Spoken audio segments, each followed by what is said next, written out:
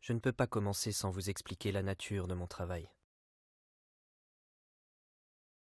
Mais pour cela, je dois avant tout me procurer un corps.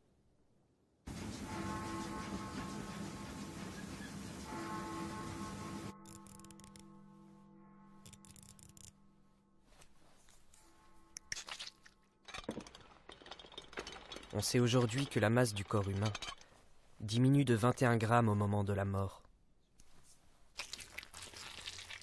Cela correspond au poids de l'esprit, de ce que l'on appelle l'âme.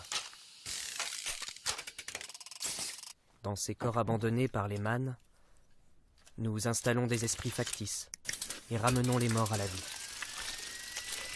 Mais ces éthers ne sont que des simulacres d'âme.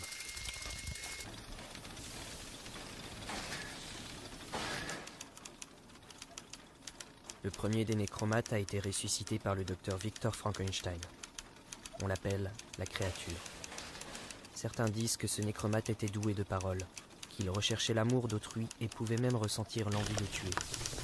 Un jour, pris de désespoir, il disparut en emportant avec lui le journal de Frankenstein qui renfermait les secrets de sa naissance. Tout ce qu'il nous reste aujourd'hui, ce sont des ersatz du premier nécromate. Des pantins dénués d'âme et incapables de s'exprimer. Si la créature possédait bien une âme, et s'il est réellement possible de ramener cette âme de 21 grammes dans un corps vide, alors cela signifie que tous les êtres que nous avons perdus pourraient un jour revenir parmi nous.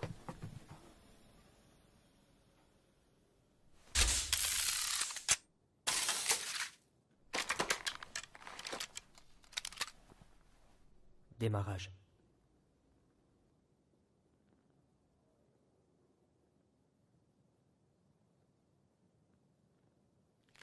Ah!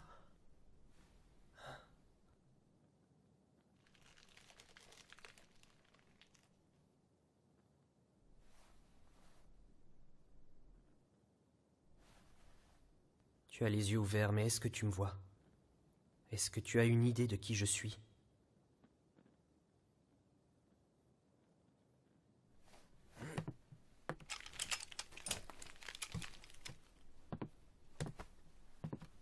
Vas-y, marche.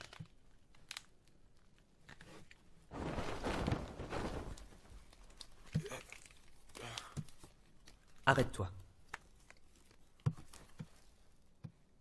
Déplacement, rien à signaler.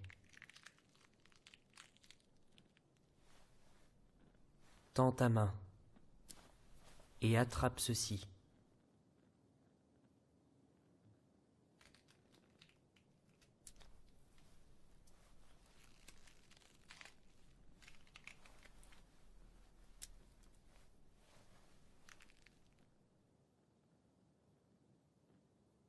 Tu prendras note de tous mes faits et gestes.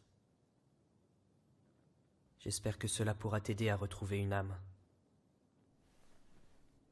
Content de te revoir, vendredi.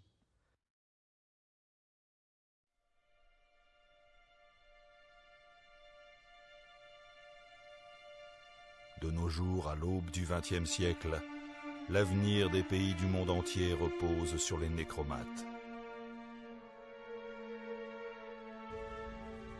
Il y a 100 ans, lorsque le docteur Victor Frankenstein ranima un mort pour la toute première fois, la population prit peur et les gens s'opposèrent farouchement à cette pratique. Le fait de tolérer de telles expériences était inconcevable. Mais aussi surprenant que cela puisse paraître, ce sont les femmes qui furent les premières à les accepter. En remplaçant les soldats par des nécromates, elles n'avaient plus à sacrifier leurs fils et leurs maris. L'exploitation militaire s'est développée. Et sous cette impulsion, les recherches en nécromatique redoublèrent.